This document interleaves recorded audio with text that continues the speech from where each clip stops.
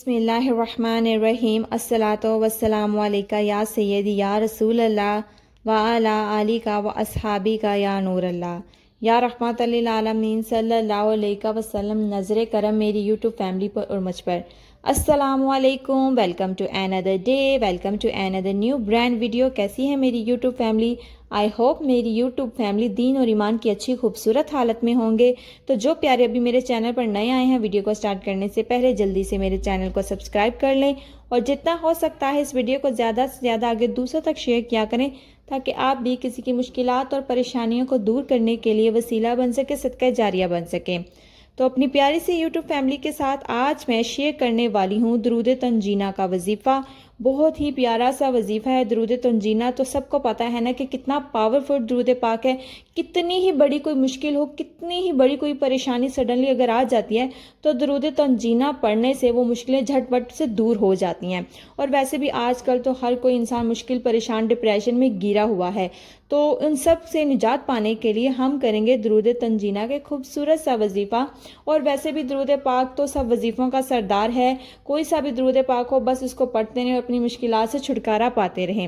تو چلتے ہیں درود تنجینہ کے فضائل کی طرف اور اس کی برکات کی طرف، اور یہ جانیں گے کہ یہ وظیفہ کیسے کرنا ہے اور اس کے علاوہ کن کن مقاصد کے لیے آپ یہ وظیفہ کر سکتے ہیں، اپنی کن مشکلات کے لیے کر سکتے ہیں۔ پیاری سی یوٹیوب فیملی، اگر کسی کو کوئی دنیاوی یا دینی حاجت ہو تو ہر روز بعد نماز عشاء کے بعد کھڑے ہو کر 2 نفل برائے حاجت پڑھے۔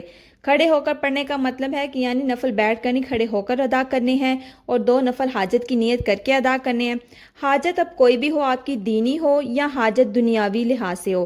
دنیاوی لحاظ سے مثلاً حصول دولت کے لیے آپ یہ وظیفہ کر سکتے ہیں، ادائے قرض کے لیے کر سکتے ہیں۔ اگر آپ کا قرض آپ نے لیا ہوا ہے تو نہیں ادا ہو پا رہا تو اس کے لیے آپ یہ کر سکتے ہیں۔ یا کسی سے بھی پیسے کی وصولی کرنی ہو، یا کسی نے آپ سے پیسے لیے ہوں، وہ آپ کو پیسے واپس نہیں کر رہا تو اس کے لیے بھی آپ یہ وظیفہ کر سکتے ہیں۔ اور حصول ملازمت وغیرہ کے لیے بھی کر سکتے ہیں۔ کوئی جاب کے لیے ادھر ادھر بھٹک رہے ہیں، کسی کو ملازمت نہیں مل رہی تو اس کے لیے بھی یہ والا وظیفہ کر سکتے ہیں۔ دشمن کو مغلوب کرنا ہو یا مقدمہ سے نجات حاصل کرنی ہو۔ اب مقدمہ ظاہر ہے بہت سے ایسے کیسز میں اکثر لوگ پھنس جاتے ہیں جو سالوں سال آپ کا لیے وہ مقدمہ چل رہا ہوتا ہے اور آپ پریشان ہو جاتے ہیں۔ مقدمہ جو ہوتا ہے ختم ہونے کا نام نہیں لے رہا ہوتا، عدالتوں کے چکر لگ رہے ہوتے ہیں۔ تو ان مقدمہ سے نجات حاصل کرنے کے لیے آپ یہ وظیفہ کر سکتے ہیں، آپ کو ان سے چھٹکارا مل جائے گا۔ اب باتیں کسی روٹھے ہوئے کو اپنی طرف مائل کرنا ہو، یعنی کوئی آپ سے ناراض ہو گیا، اگر اس کو منانا ہے، اپنی طرف واپس لانا ہے تو اس کے لیے بھی یہ وظیفہ کر سکتے ہیں۔ تو کرنا آپ نے کچھ نہیں ہے کہ مدینے کی طرف رخ کر کے کھڑے ہو کر پہلے 10 بار درود تنجینہ پڑھنا ہے۔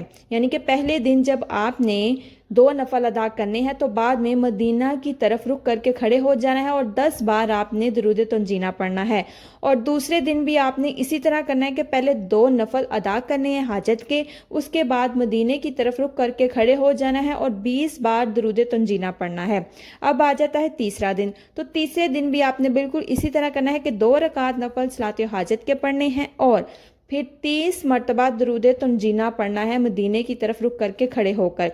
اور اسی طرح آپ نے 3 دن مکمل کرنے، انشاءاللہ 3 دن میں آپ کی حاجت پوری ہو جائے گی۔ لیکن اگر 3 دن میں آپ کی حاجت پوری نہ ہو تو آپ نے کیا کرنا ہے، روزانہ 10 بار درود تنجینہ کو بڑھاتے جانا ہے، ساتھ میں 2 نفل بھی ادا کرتے جانے ہیں۔ یعنی کہ آپ نے اس وظیفے کو برقرار رکھنا ہے، روزانہ 2 نفل بھی ادا کرنے ہیں اور ساتھ میں روزانہ آپ نے اپنی تعداد میں اضافہ کرتے جانا ہے۔ جیسے پہلے دن 10 بار پڑھا درود تنجینہ، دوسرے دن آپ نے 20 بار پڑھنا ہے، تیسرے دن 30 بار پڑھنا ہے۔ 3 دن میں اگر دعا قبول نہیں ہوئی تو پھر چوتھے دن آپ نے اس کو 40 بار کر لینا ہے، 5ویں دن آپ نے اس کو 50 بار کر لینا ہے۔ اس طرح آپ نے روز 10 مرتبہ یعنی 10 کی تعداد بڑھاتے جانا ہے۔ اور مایوسی اور ناکامی کا خیال تک نہیں آنے دینا آپ نے اپنے نہ دل میں نہ اپنے دماغ میں۔ مثلاً مایوسی کچھ بھی ہو سکتی ہے کہ ہم ایسا سوچ لیتے ہیں نا کہ پتہ نہیں اب میں یہ پڑھ تو رہی ہوں، یہ درود پاک پڑھی، یہ وظیفہ کر تو رہی ہوں درود پاک کا، پتہ نہیں میری دعا قبول ہوگی یا نہیں۔ بعض دفعہ آپ کی دعا تھوڑی سی دیر میں قبول ہوتی ہے تو انسان پریشان ہو جاتا ہے کہ میں یہ وظیفہ کری، پتہ نہیں دعا قبول ہوگی کہ نہیں۔ اس طرح کے وہم، شیطانی وسوسے آتے ہیں، شیطان وسوسے ڈالتا ہے آپ کو اس چیز سے، وہ کیا کہتے ہیں کہ آپ کا لگاؤ نہ رہے، وہ چیز آپ نہ پڑھتے ہیں، شیطان آپ کو اس طرح کے وسوسے ڈالتا ہے کہ آپ کا دھیان وہاں سے ہٹ جائے۔ تو آپ نے اس کی طرف بالکل دھیان نہیں دینا، خود کو اس درود شریف کے فیاض و برکات کی بارش میں نہاتا تصور کرنا ہے. یعنی کہ جب بھی آپ نے درود پاک پڑھنا ہے تو یہ تصور کرنا ہے کہ اس درود شریف کے جو فیض ہیں، جو برکات ہیں، اس کی بارش آپ پر ہو رہی ہے اور آپ خود کو اللہ پاک کی رحمت میں نہاتا ہوا تصور کر رہے ہیں.